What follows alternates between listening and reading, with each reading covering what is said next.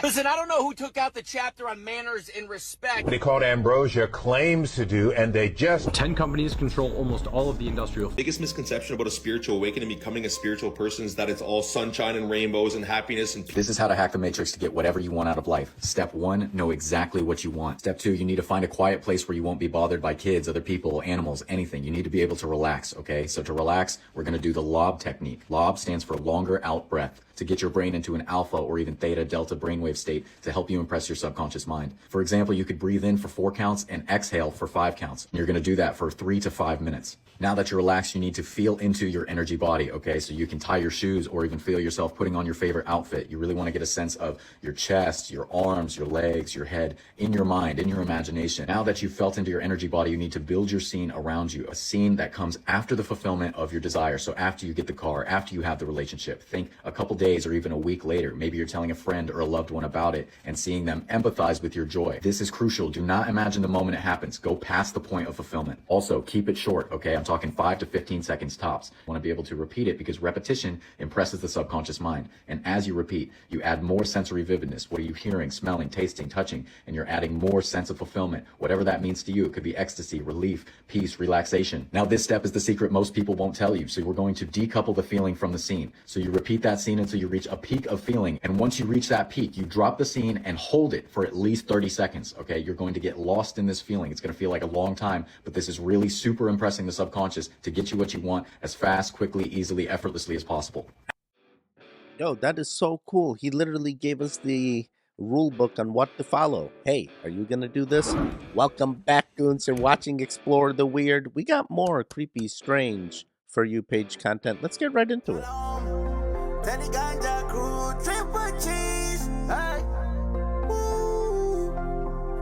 Yeah, let's go to the mountain. Your main human being races, all right? Caucasians, Asians, Mexicans, Dravidians, Arabs, all come from Ner in the 6th universe. Okay? Your God races, all the nations that are considered blacks or Africans or African Americans or Jamaicans, and all your Latino nations. Those are all your gods and goddesses, right? Now, if you look at our genetics and you look at the genetics of the human beings, you will see 2 different things. Like I say, you look at our genetics, we have DEA, deoxyetheric acid. We don't have DNA, all right? We have 9 series of what you call DEA strands. Whereas human beings, you only have 6 series, all right? We have RNA. Human beings, you don't have any RNA. We also have chloroplasts. All right? Chloroplast is the same thing that plants have. Chloroplast is the DNA of plants. Okay? Who do you think named it a planet? We did. We called it a planet. It's like a double entendre. A planet because it was plant-based. This is why when they first came here, they had to cut so many trees down and destroy nature. It was plant-based. All right? Because we are plants. All right? So this is why it's called a planet. All right? On top of that, the T used to represent Tiamat. Because Tiamat is one of the ancient names of Kai. Right? Before we called her planet Kai, or Kai, we were saying Tiamat. Then Kai. Well, really, Kai first, and then Tiamat. Because this is the planet of the Anunnaki. Right? This was our second home to our headquarter planet, Sirius X. Of all your black and Latino people that you see walking around here today, and all your African lineages and all of that shit. All right? Wow, that was a interesting take. I never knew this aspect that could potentially be. Man, that guy's thing that he's about to light up looks interesting. Hey, how you doing, Goons? Did you interact with the like button before the video even started? Sorry, distracted. What happened to the lighter near the end? We're going to keep it going. I noticed like a really, really big anti-God movement at the moment. Like it's coming on really, really, really strongly. They're pushing. And remember, this war is between the priests and the scientists. The scientists worship the self and the internal self, governed by yourself, which is the 666 symbol. So 666 is just the number of man. Any act for self is 666. And the priests worship the spiritual God, right? right? The positive thing about all of this, it is coming to an end. This consciousness that has to give up doesn't have a choice anymore. Slow. Because the because the vibration of the planet here is raising so fast. I mean, it's going to hold on as long as it can, because to give up the power that it's had for so long. And remember, this war, and I've said it before, is between the priests and the scientists. This is the war that's going on. Even the massive atheism movement, which is tied up with a bow, which really is Satanism. Really, there's lots and lots of parallels. They're dressing up these new sort of named philosophies, which are basically modern Satanism. Anyway, the vibration of this planet is raising very, very fast, very quickly, as it does. But there's going to be a period of chaos, because there has to be. As it raises, we're going to start seeing things for what they really look like. And they don't look like this. So for some people, the majority of people, it's going to be a bit of panic for a minute there. It's going to be a bit of panic for a little bit, but we are goons. We're going to persevere. Wow, they silenced this man. Don't come after me. We just explored. Clowns. Idiots who think that they can do their own research. Don't do any of your own research. Doing your own research is associated with conspiracy theory circles. This go-it-alone approach, doing your own research, that can have serious consequences. You should get prison time for even questioning the vaccines. Can we all stop saying, I need to do my own research? That phrase, do your own research, 4 words. 4 little words that are hurting America. Doing your own research hurts America. Everybody has a supercomputer in their hand that empowers them to do their own research, and that's the problem. You must not do your own research. I need to do my own research. I don't understand what that means. I'm doing my own research. You can't do your own research unless you're a scientist. Do your own research. Maybe you've told yourself you're playing it safe, you just want to wait and see since this is a new vaccine. No. Roll the up and get the vaccine. What the hell was the last? Do your own research. Don't listen to them. We're going to keep it going. So today I went to the doctor and I was quickly reminded why I don't ever go. Okay, so I'm gonna explain to y'all what happened. A little bit of a backstory. When I was 17, I got breast implants before I knew all the things that I know now. I'm 37. That was 20 years ago. Okay, I got breast implants, but when I went through my healing journey and overcame lupus and rheumatoid arthritis and all the things, once I got better, I was like, I don't really want to have surgery right now. I had 2 small kids. I was lifting them. I was like, I want to wait until my kids are bigger to have them taken out. Well, about in the last 6 months, I've started having what could possibly be signs that they need to be removed. So I go in and I'm just like, I need an ultrasound to see if one of these are leaking, to see if I need to have it taken out quickly, or if I have time to plan for like after football season, because football's important, right? So I don't want to miss any football games. So I'm like, do I have time to wait? Can I wait till January, or does this need to be done? That's all I needed to know. I got gaslit because I would not comply for a mammogram.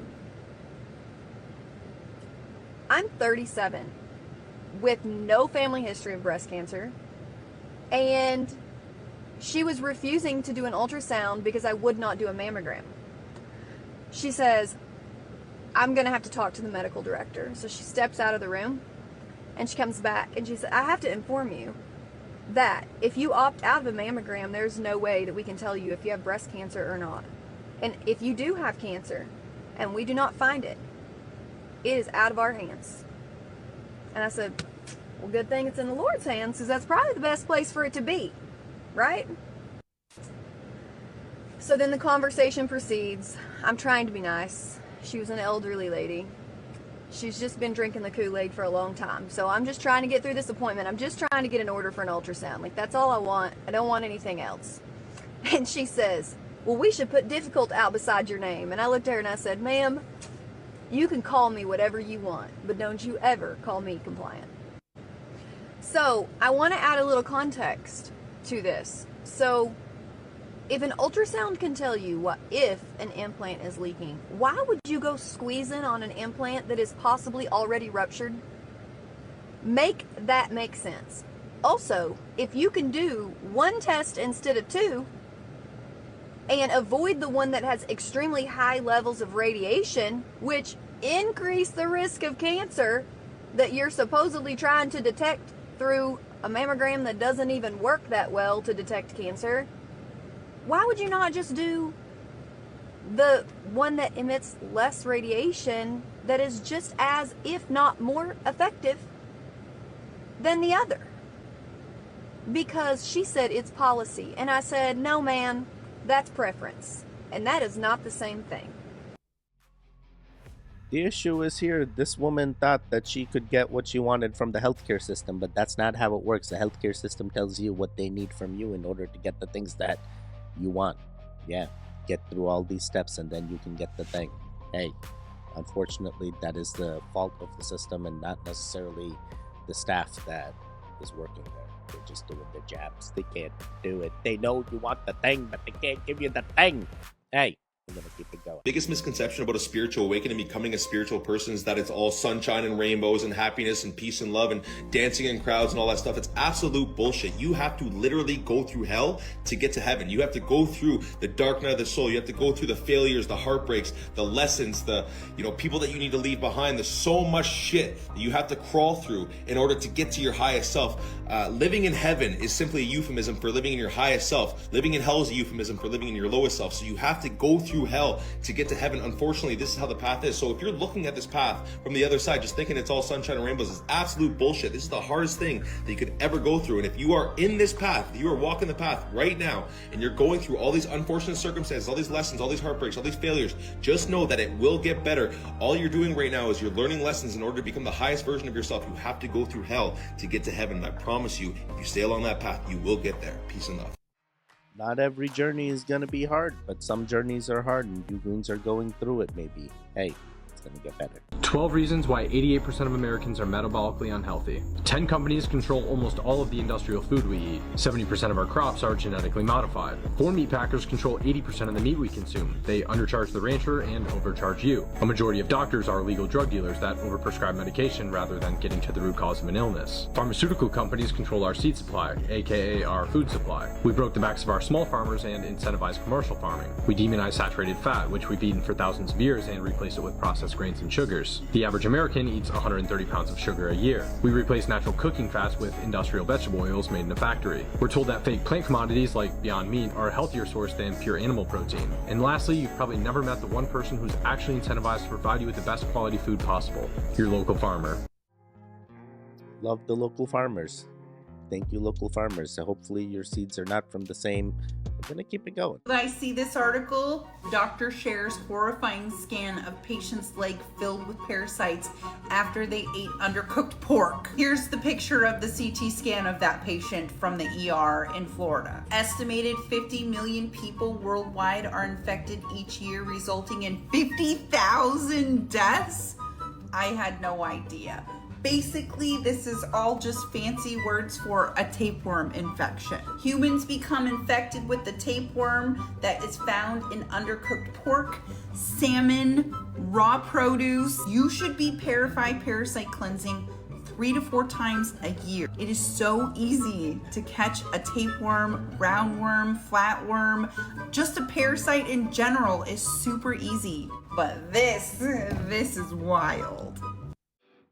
That is crazy. That is crazy. I didn't even know that x-ray looked weird. You will never hear this from your provider, and this is probably going to piss some people off. This has to be said. The more we prescribe, the worse the problem becomes. Top one is the rate at which we've been prescribing medication, and as you can see, as that goes up, so does the problem. This one is showing obesity and diabetes, but you can see this trend with every chronic disease. You cannot medicate away a lifestyle disease. Every chronic disease out there that you don't catch from someone is related to insulin resistance. Insulin resistance is the root cause of every one of these.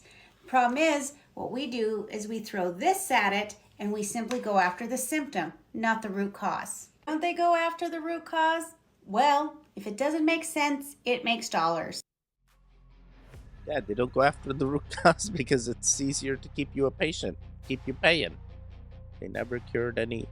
All right, quite interesting. Good to know. On the real, I seen a mermaid though. Oh, don't go into this story. We just told us this story the other day.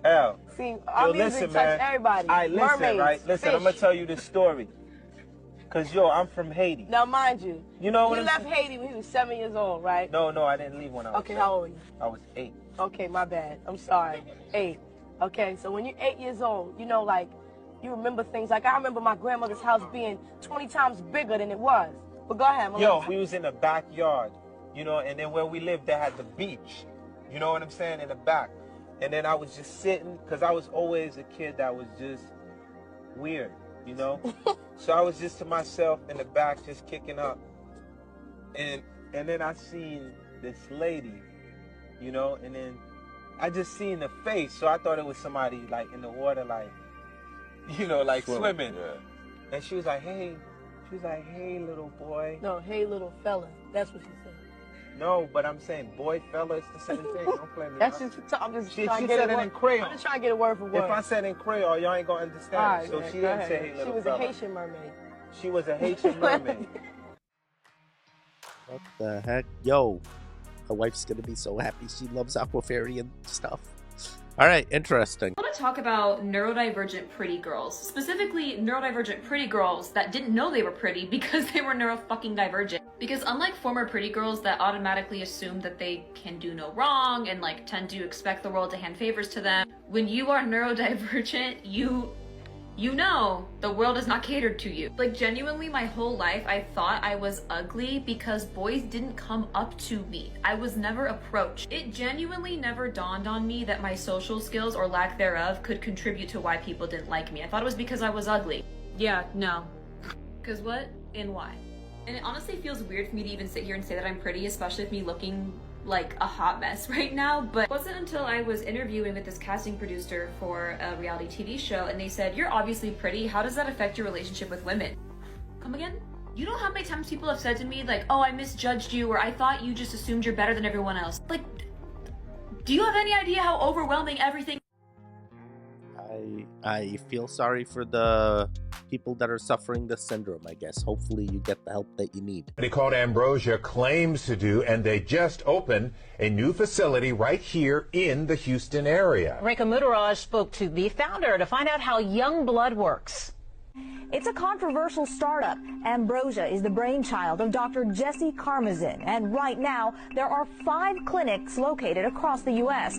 Karmazin says 150 people have already gone through the process, and several of them have even done it a second time. My name is Jesse Karmazin, and as you heard, I'm the founder of Ambrosia, and we're a company interested in making you young again.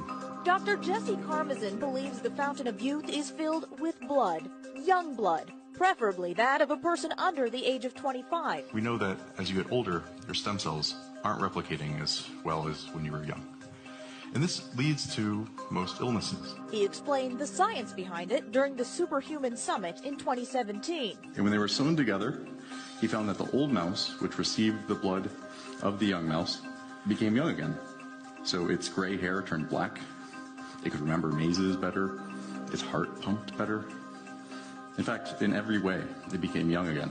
If vampires are the first thing that comes to mind, Karmazin, in a phone interview with us, explained the process doesn't involve blood in its entirety, but plasma, the white translucent component that remains after white and red blood cells and platelets are removed. The results? That is crazy. That is crazy. I don't know how I feel about this, but there's many people trying to find many fountains of youths, and this is one of them. If you live in the UK, you need to watch this video right now, trust me. There are new AI cameras which have just been announced and are going to hit the UK roads soon. You will not believe what these things do. Quite a lot for drivers, including not being able to take passengers under 25, potential pay per mile, I mean the list goes on. But now, these new AI detection cameras have been announced to basically detect criminal activity on a car. What does that mean? Let me explain. So basically, these cameras will be able to detect if a car is breaking the law on a number of different things. So whereas before you've got mobile phone cameras in certain places that will detect if you're on a phone, doesn't do anything else. You've got speed cameras, detect the speed you're going, nothing else. These cameras will do everything in one, including some new things. So first of all, it will have seatbelt detection. So if you don't wear a seatbelt, you're getting a ticket. It will detect mobile phone use, speed monitoring as well, and we'll be able to capture all of these photos in extreme high quality, process it instantly, so you could lose your license instantly, basically. With the seatbelt stuff, it will detect if anybody in the car isn't wearing a seatbelt, not just you. If it's your passenger, people in the back, doesn't matter where, you're getting done. And also, it's not just normal speed, like the speed you go through the camera, that's it. It's going to have speed monitoring. So basically, we'll capture all aspects of a speeding vehicle, analyze the speed, capture details about the vehicle, the driver, everything. And there's been a couple rolled out in Cornwall. This is crazy. They've processed over 297 drivers in 3 days. That's how many people they've caught. And that's just there. So imagine what's going to happen when it goes nationwide. So these things are all ready. The rollout has begun, and they're Oh my god, now all those videos of where like people are just sawing all the cameras off in England, it now makes sense. It now makes sense. They tried. Oh man, gotta fight against this. I had this right now, 3 days, 297, and then how much is it gonna be in a year? 297 seems low. Okay, so you're in a massive evolutionary shift in human consciousness right now, and it doesn't happen overnight. It also never ends, so there's no destination that you get to. What it's teaching you, most likely, is to not give up.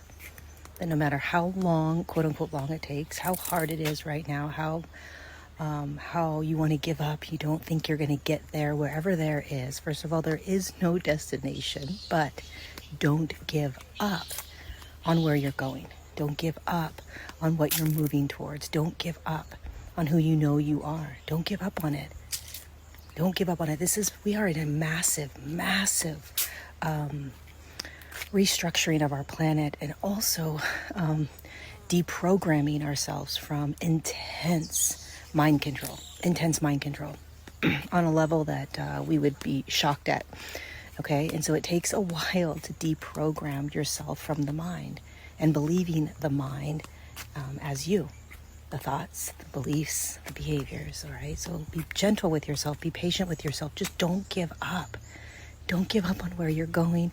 And even where you're going is not the final destination. The final destination is right in here where God or soul resides. And it's capable of being in all of this. You're capable of being in all of this. Don't give up. Don't give up, goons. We got Kyra in the room. What's going on, Kyra? You want to say hi to the goons? Yeah, hi, Hi, goons. Hi, goons. Kyra says hi, goons. Kyra recently found out that she may be, or not she may be, she is going to be a big sister. Hi, goons. Kyra gonna be a big sister?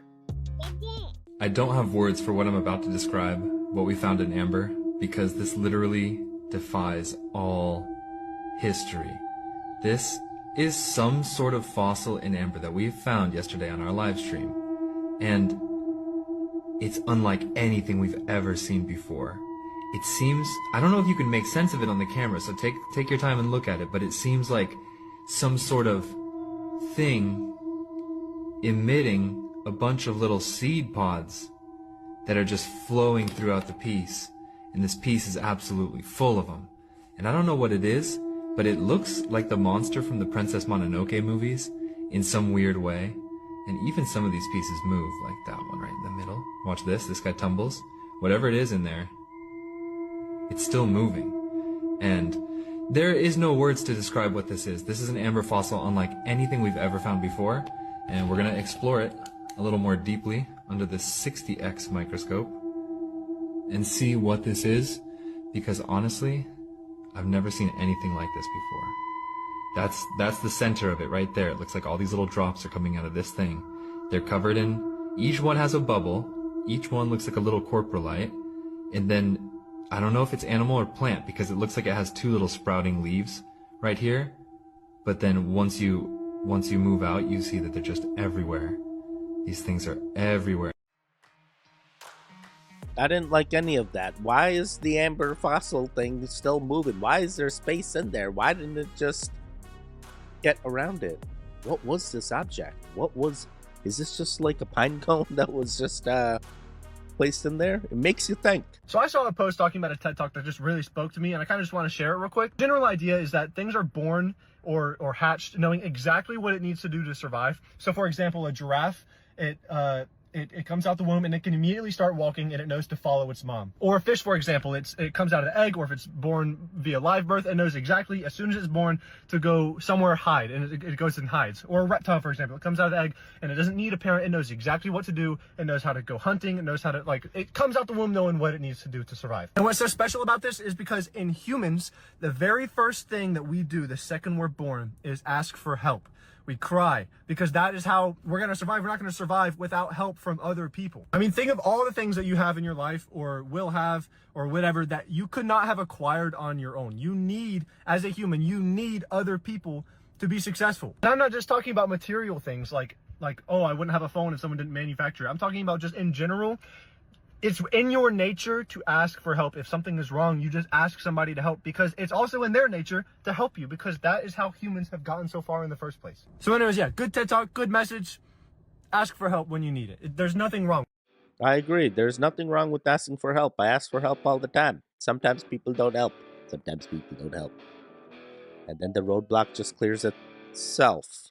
The roadblock just clears itself.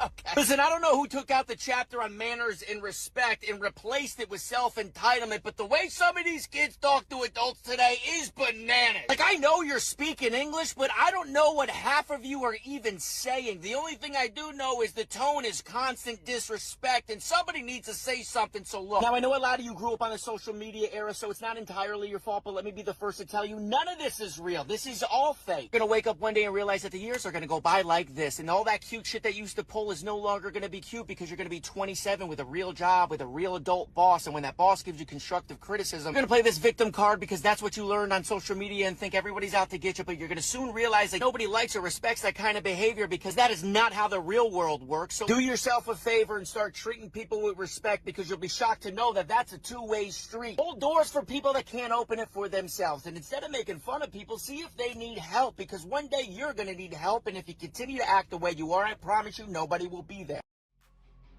Oh, wow. This guy has been hurt by some young generations, and I understand those young generations need coaching. We need to set them or put them into places with the older generations, and then somehow get them to understand why we're the way we are and why they need to be the way that we want them. Wait a second. All right, we're going to keep it going. We got two more. It's about the frequency. The frequency that you transmit. If it's a low vibration frequency, you're going to get a mirror back from the universe of low vibrational stuff. This is why people that always complain and nag and are angry and sad and have problems, when they call you on the phone, guess what happened? They always have more problems and more problems and more problems. Every time you see them, there's more nightmares happening to them. They have 3 nightmares on a daily basis. They got a problem for every solution. That's because that's the frequency they're transmitting. That's the frequency they're putting out. The people that are putting out higher frequencies, they're always getting back positivity, enlightenment, happiness. They have a few down times here and there, but not nearly as many as the people that are on the low frequency 24/7. I'm gonna have to agree with what he says. I got distracted with Kyra playing with the golf ball here, so yes. We got one more, just one more. I apologize. Ice cream's so good. Wait, before they find me, BlackRock owns most United States banks. They own all major pharma companies and mainstream media. They oversee 10% of all stocks traded worldwide. They manage over $10 trillion in assets, which is half of the United States GDP. They, BlackRock and Vanguard, own 18% of Fox, 16% of CBS, 13% of Comcast, which also controls NBC, MSNBC, CNBC, Sky News, and they own 12% of Disney. They are the biggest institutional investors of Google, Facebook, Amazon, and now they're buying up all the homes and artificially inflating your mortgage so you will own nothing and be happy. I have to go. Ice cream so good. What the heck? The NPC woke up and now she's saying the things. Now she knows. BlackRock and Citadel own it. All right. Quite interesting. Guys, you made it to the end. How'd you do? A lot of interesting life paths. Make yourself better. Make sure you're in the right trajectory type videos. And I love that. I want that for the goons. Hopefully you guys are doing well. Let me know if anything is up in the comments down below. Make sure you interact. Do that for us. Don't just leave us hanging. Hey, if you made it to the end, also let us know. Golf ball. Golf ball. I'll be good to know. Kyra, you want to say bye? Okay, let's go say bye. Kyra wants to say bye to the goons. What's this? You got a turtle? Should we change the thing from golf ball to turtle? All right, you made it to the end. It's Turtle now. We changed it. Tara, Turtle. Turtle? Yeah. Yeah. Say bye. Bye. Say bye, goons. Bye. Goons. All right. Triple cheese. Wake up, wake up, wake up.